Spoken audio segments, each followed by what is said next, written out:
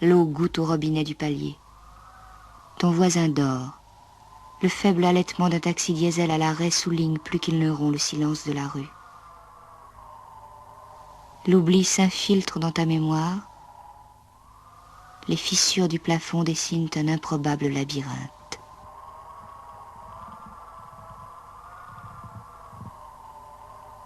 Il y eut ces journées creuses, la chaleur dans ta chambre, comme dans une chaudière, comme dans une fournaise, et les 6 chaussettes, requins mous, baleines endormies dans la cuvette de matière plastique rose.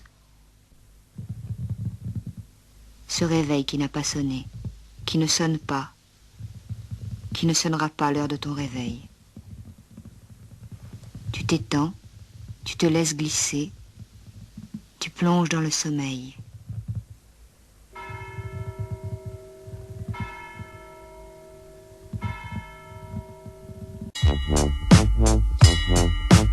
Ta chambre est le centre du monde.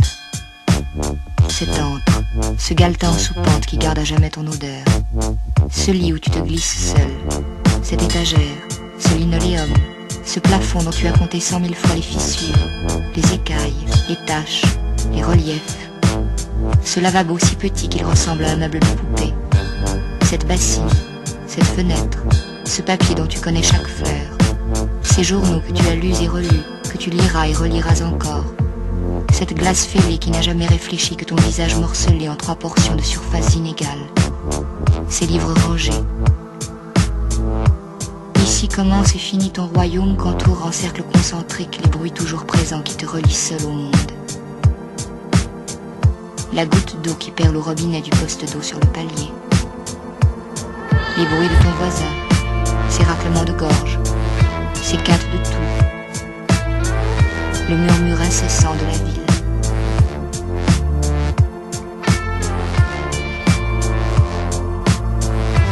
En bas, au croisement, l'alternance réglée des coups de frein, des arrêts, des reprises, des accélérations, rythme le temps presque aussi sûrement que la goutte inlassable, que le clocher de Saint-Roch.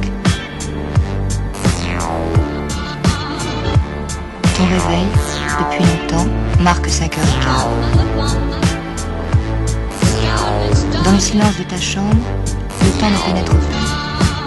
Il est alentour, d'impermanent, obsédant, faussé, un peu suspect. Le temps passe, mais tu ne sais jamais l'heure. Il est 10 heures, ou peut-être 11. Il est tard, il est tôt, le jour naît, la nuit tombe. Les bruits ne cessent jamais tout à fait.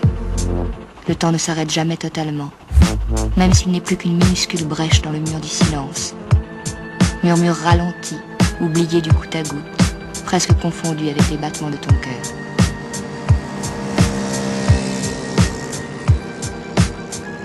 Ta chambre est la plus belle des îles désertes, et Paris est un désert que nul n'a jamais traversé.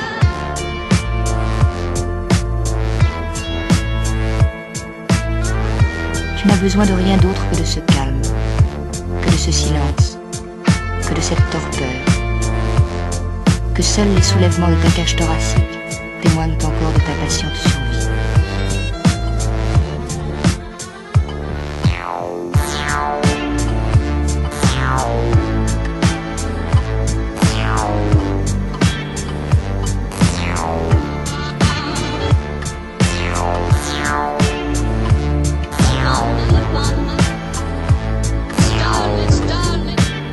Ne plus rien faire. Attendre jusqu'à ce qu'il n'y ait plus rien à attendre. Traîner, dormir. Te laisser porter par les foules, par les rues. Suivre les caniveaux, les grilles, l'eau le long des berges. Longer les quais, raser les murs. Perdre ton temps.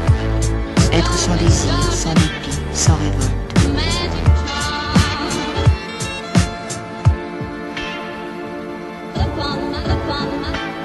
Ce sera devant toi au fil du temps une vie immobile, sans aspérité, sans déséquilibre. Jour après jour, saison après saison, quelque chose va commencer qui n'aura jamais de fin. Ta vie végétale, ta vie annulée.